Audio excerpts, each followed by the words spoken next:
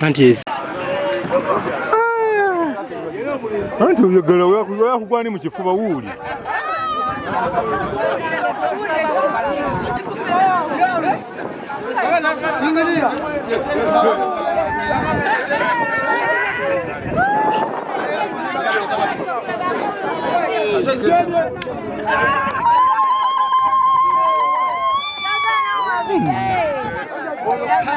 Hello, beauty sweetie.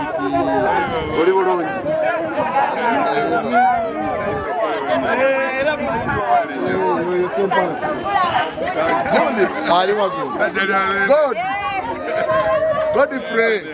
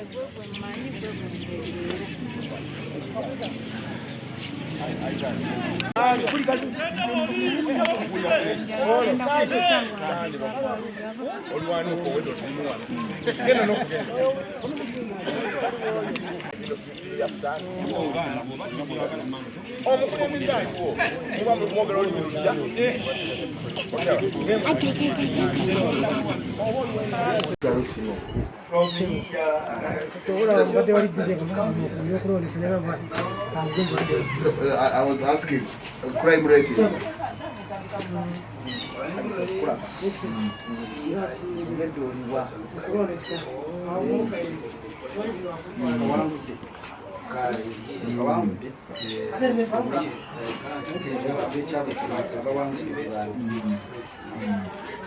Nenga misango chekisivo.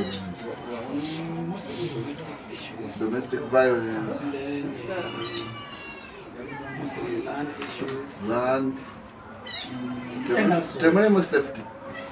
You can see even it is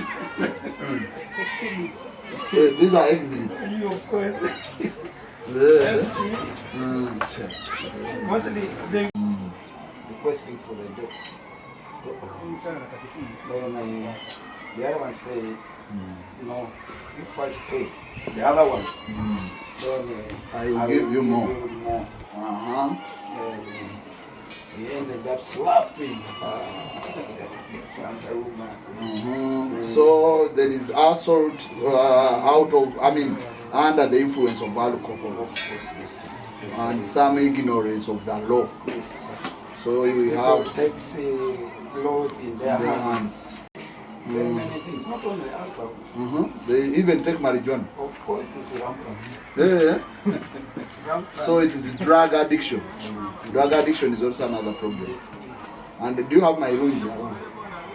My room is not. So it is drug, alcohol abuse. You don't have rape. No rape. And what sorry. No, defilement.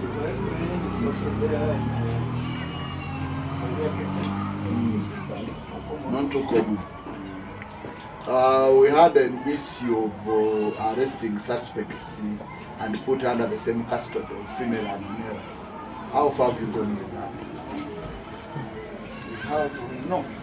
We have this one. This is now a cell. They are We not. have only men and the other side. The men are behind. How many are? But they share the same door. Hey, women and men share the same door. They pass from here. But Every man goes to the other side. so the cells are separate, the entrance the same. But is there a door in between? There is a door. And then we put a lion With the boat. How many suspects do you have currently? Now at the moment. I mean, 3. And what are the cases? 2.5 is this one. This one will be This is the third. What's the guy in This one, so Can you meet them and see? those are not. You say the in charge is in the field, eh? They are all in the field. What is your rank? Police Constable Kelo. It's here anymore. Afoy. So I've left me a man in here. And as well. Okay, what's another name? Nelson Okelo, Police Constable. Okiriza ngambadde n'eggombolola 27 ne constituency 9 nompa obubaka bwa parliament obwo obugombolola bonna bwe buti 1 2 3 4 out of 27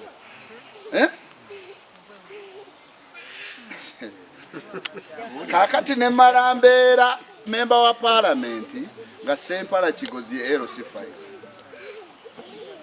bwe munalonda yabaye ngati kamba buli LC5 siyevunanyizibwa ne ku ttaka wano singa babajjako dda kubeerayo okwange entalo z'ennwanyi ze mutamanyi mpitirivu.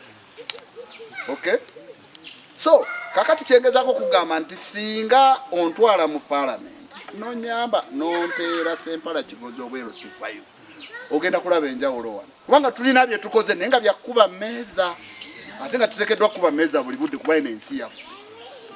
So njagala omutima gukutereere ate ogenda ogambe buli gw'osanga nti Bwanika yewaffe ku bwemupi Sempala yewaffe ku bwero si 5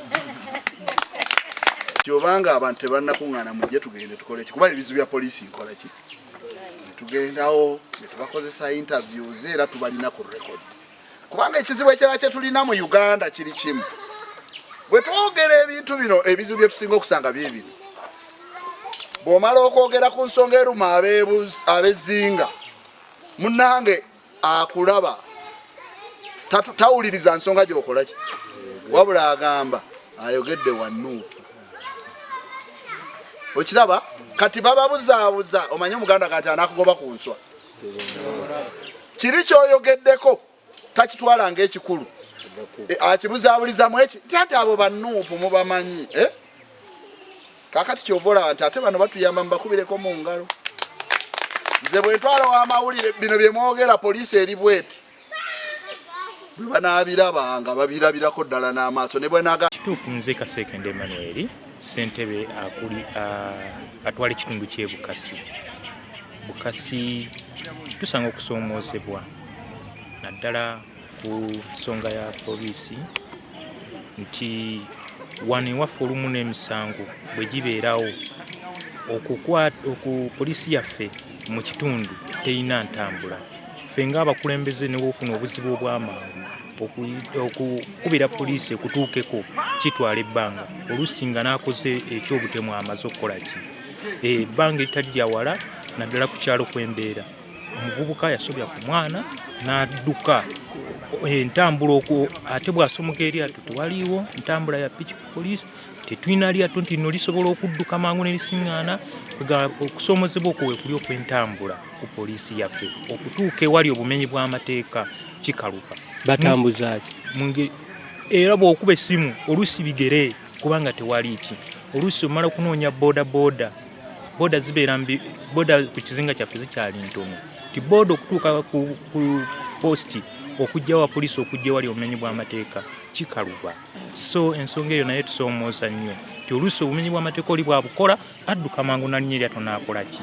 n'agenda nnyo oluusi nga bwereetaazeemu ate abakyala banna abakyala ku byalo kwe bali naye singa babadde tulinawo wa poliisi omukyala ng'ajja osanga ebintu ebyo byatuyambyeko okukendeeza obutabanguko mu maka naddala obuva omu ku bakyala. Ekituufu tewali era oluusi ffe basentebe mu bitundu gye tuli bw'okuba essimu ate bakusaba gwe wennyini ofune engeri gy'oyinza okufunamu amagezi agajja okubanona bajje ewali omutawaana oguba gugudde.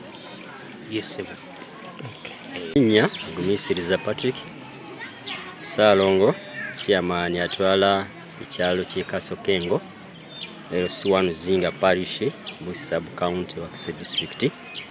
Ensonga ya poliisi ekyamazima poliisi yaffe abaliwo tebatumala naddala tuzze tulajana ku nsonga y'abasirikale abakyala.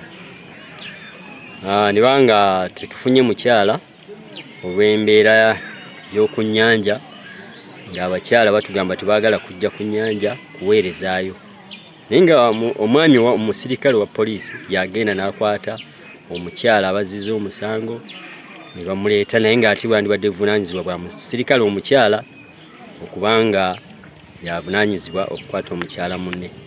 N'olwekyo tusaba gavumenti tuyambe ku nsonga eyo y'okuba nti tuwe omukyala omusirikale basobole okubeera ku poliisi yaffe kutuyambako ku nsonga z'abakyala ng'abo.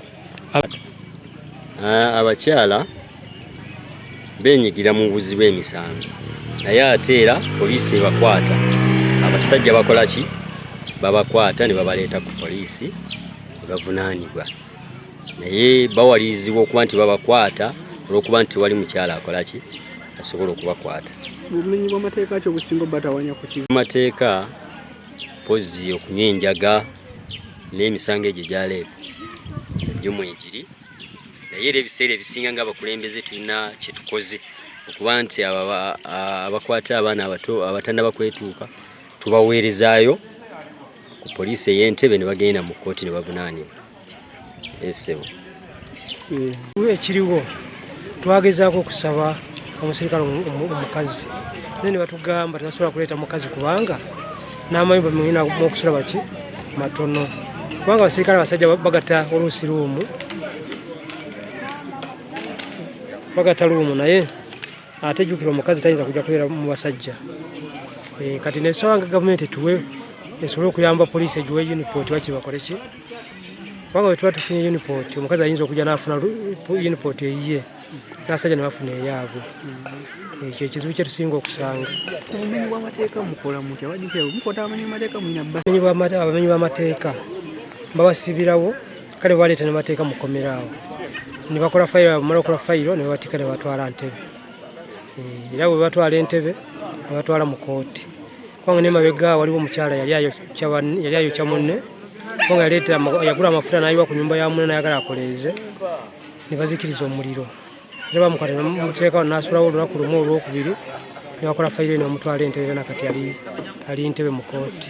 Ng'omukulembeze baako ky'osaba naddala ku nsonga za security nsaba poliisi bongere okugireetera ku unipoti basobole n'okwongerako abasirikale bateekemu n'omukazi omusirikale, kubanga abakazi batumenya nnyo ffe naddala ng'abakulembeze. Omukazi agenda n'ekyankula n'akola neyekolakolo ebintu olw'okuba amanyi nti mukazi omuntu omusajja tajja kukola ki kumukwata. Abamu bamanyi n'ogamba tomukwatako nze ni mukazi gwe oli musajja. Kati olanga obumenyi bw'amateeka abakazi bagezaako okulaba nga babukola nnyo olw'okuba ki bakazi olw'okuba tewali musirikale omukyala.